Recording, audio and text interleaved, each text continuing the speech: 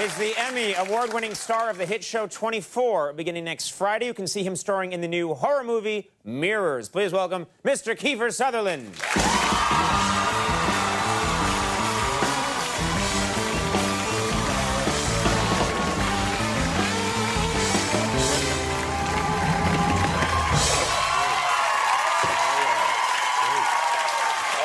Good, how are you? Nice. People are so happy to see you. Good. How's it going? How are you? Good. Bless your heart. I love you back. Guy-on-guy action here tonight. There you are. Things are going well. Just, working away. Yeah. Take this moment to apologize to God for skipping the season. Yeah. It wasn't my choice. By every now and then, yeah. But you still keep busy no matter what. I know Well, we've been shooting. We just, the writer's strike obviously put everything stopped. And as soon as it ended, we just felt that it would be better for us to run the episodes contiguously like we have. Right. And so it was better for us to take the break. Now, is this right that you're starting off? The show starts off in Africa. Is that correct? Well, we have a 2-hour prequel, which starts in November, which airs in November, which is actually one of the best things we've ever done. It was the one blessing of the writer's strike, and it really sets up season 7. But it was a beautiful script, and it's a 2-hour film. Right. And it'll come out in November, and then the series will air in January. And you shot it actually in Africa? Is that correct? In just outside of Cape Town. Okay. Yeah, I've never been. Just tell me what it's like. Did you go on a safari? Did you see any wildlife? Anything like that? We had one day off, and we actually did go on a safari.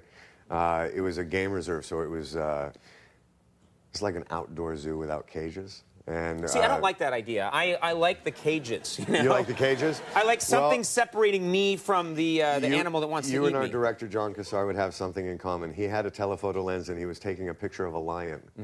And I don't know if the lion reacted to the reflection on his camera or whatever, but it started to charge. And because he was looking at it through a telephoto lens, he felt like it was right there. And he started to back up, and he hit a fence, and really gave himself a black eye with his own camera. And I love animal bloopers involving humans. Yeah. This was a perfect one. Now, it's funny. I'm listening to your voice right now, and I'm realizing you do. I hear your voice on commercials. I do the voiceovers for Bank of America. Yeah. For Bank of America, and you have a very nice voice for that. I know your father, Donald Sutherland, does. He also does. He does everything. Does everything from Sunkist to Volvo. Yeah. Well, who was the first? 2 questions really. Who was the first of you to start doing voiceovers, and do you guys ever compete for the same job?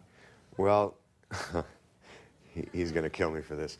He was the one who started it, and he did a lot of documentaries and some really cool films.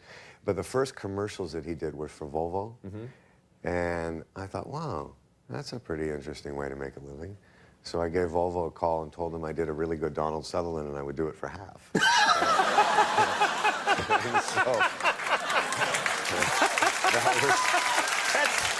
That was the beginning of my voiceover career.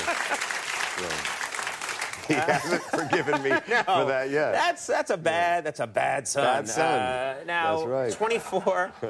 24 is on worldwide, and we're talking about your voice. Do you have that experience where a show like mine, they don't dub it in other languages. You either understand English or you don't. No, it's not cost effective, and they can't find an actor to match my deep, rich timbre.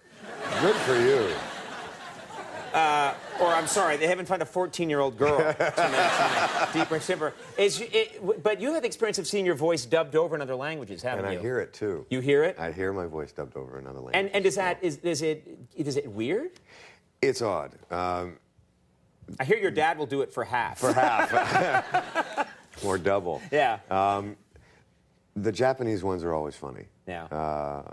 And I don't know why, but they always seem to find an actor with quite a high voice. Yeah.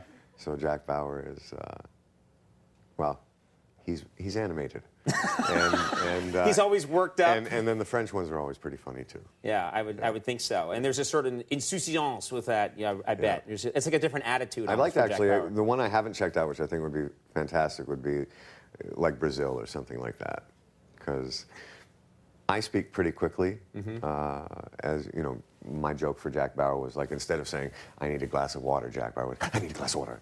Everything's kind of animated like that. So to do that in Portuguese or Spanish, I think, would be very funny to watch. And what if they ever dub, like if you're on in Ireland, another country that speaks English, but they give you They a just brogue? do the dialect? Yeah. No. Oh, we got to No. save the world. No, we do. Yeah.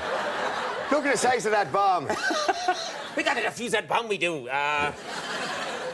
Let's talk about Mirrors. This is a horror movie, a scary movie. It is. It's actually a really frightening film. It was easier for me to make it than it was to actually watch it. Are you a fan of horror movies in general?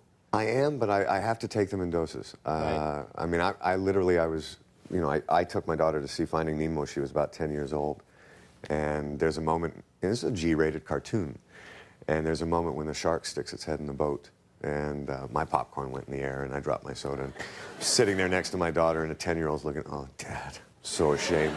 You've embarrassed me again. Yes, again. So it's you know, I have a love-hate relationship with horror films. Yeah.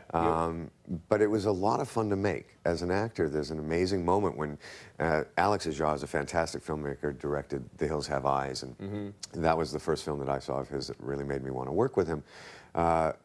And we had a deal. I said, you know, I'll do everything I can to help you try and care about this family that's in jeopardy, and you just have to scare them. And he, with the most evil grin, said, oh, it's fine for me, I can do that, you know.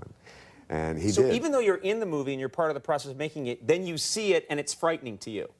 Yes. Even though you know you're okay. and I know the ending. Yeah, But yeah, it's for some reason it just gets me. Yeah. Now the movie takes place in New York City, but you shot, instead of shooting in New York City, you shot in Romania.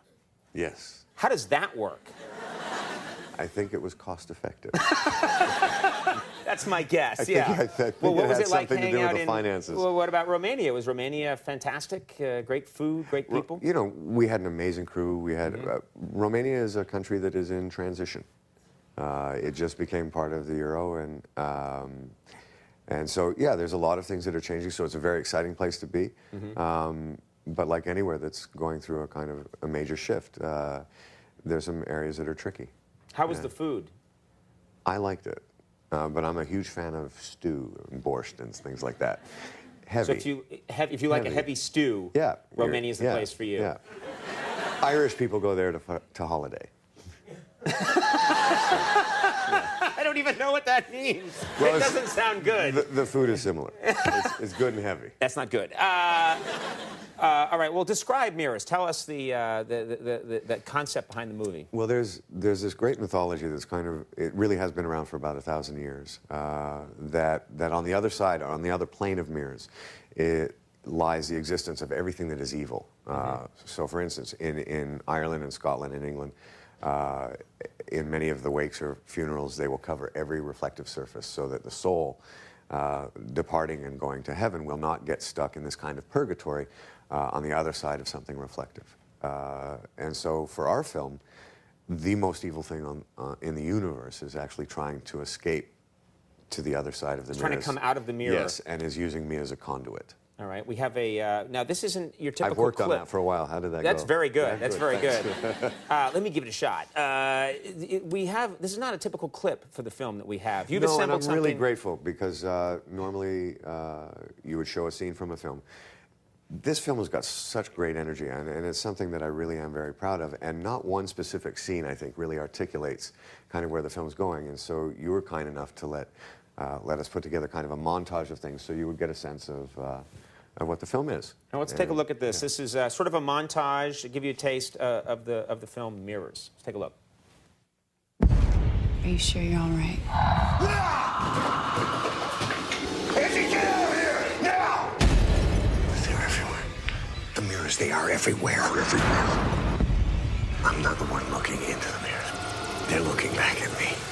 Oh my God. There's no one looking back at you through the mirrors. What do you want from me?